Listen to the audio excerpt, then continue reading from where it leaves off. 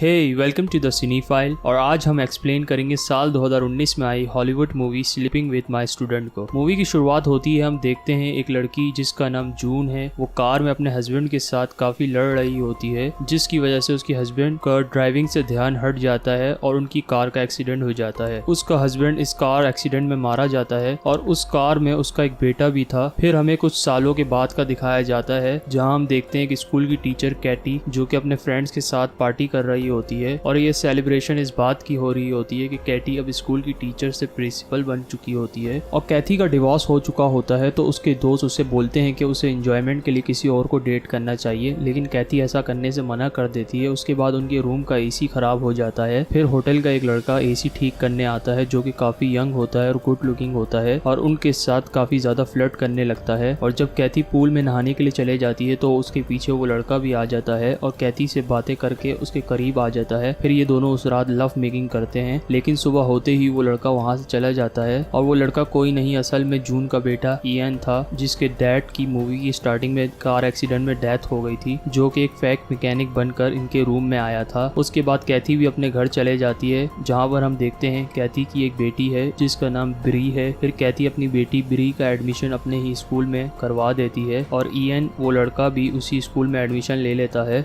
Ian और ब्री class में एक साथ होने की वजह से एक अच्छे दोस्त बन जाते हैं, क्योंकि इयन उसे कुछ लड़कों से बचाता है, जिसकी वजह से ब्री काफी ज्यादा इंप्रेस हो जाती है। ब्री ये बात जाकर अपनी मॉम कैथी को बताती है। फिर जब कैथी को पता चलता है कि उसकी बेटी का दोस्त कोई और नहीं बल्कि इयन है, तो वो फिर अपनी सेक्रेटरी से पूछती है इयन स्कूल में कैसे आया। तो वो बताती है कि उसने अपने प्रिंसिपल से रिक्वेस्ट करके आपके स्कूल में एडमिशन ले ली। यहाँ कैथी को ये बात तंग करने लगती है कि इयन अपनी सीनियर क्लास छोड़कर यहाँ उसके स्कूल में जूनियर क्लास अटेंड करने क्यों आया है। फिर कैथी इयन के बारे में इन्फो निकालती है, जिससे उसे पता चलता है कि इयन एक गलत लड़का है जिसके फादर एक ड्रग डीलर हैं। फिर कैथी ब्री और इयन का ब्रेकअप करवा देती है, लेकिन यहाँ पर ब्री परेशान हो जाती है क्योंकि उसकी मॉम कैथी उसकी लाइफ बर्बाद कर रही है। उसके बाद इयन अपने मॉम जून से बात करता है, जिससे उसे पता चलता है कि उसका डैड का अफेयर कैथी के साथ था, जिसकी वजह से उसके डैड की मौत हो गई और वो ब्री को अपनी बहन मानता है। इसी वजह से वो उसकी ज्यादा केयर भी करता है। उसके बाद इयन कैथी को उस रात की पिक्चर भेजकर ब्लैकमेल करता है। फिर कैथी इयन को फंसाने के लिए एक प्लान बनाती है। घर से एक नाइफ लेकर उस नाइफ को स्कूल में इयन के लॉकर में रख देती है। अगले दिन फिर पुलिस को फोन करती है, जिससे पुलिस ऑफिसर इयन के लॉकर को चेक करता है, जहां पर उसे एक नाइफ मिलती है। जिसके बाद इयन को स्कूल से एक्सपेल कर दिया जाता है, लेकिन जाने से पहले इयन कैथी से कहता है कि उसको इयन को $50,000 देने होंगे। अगर वो नहीं देती तो वो उस रात की वीडियोस को लीक कर देगा, लेकिन कैथी उसे बोलती है कि उसके पास इतने पैसे नहीं है और अगर उसके पास होते तो वो उसे देती भी नहीं। फिर इयन घर में गुस्से में आकर अपने स्टेप फादर को मारता है। ये सब करते हुए उसकी स्कूल की एक लड़की जीनी देख लेती है। असल में जीनी इयन को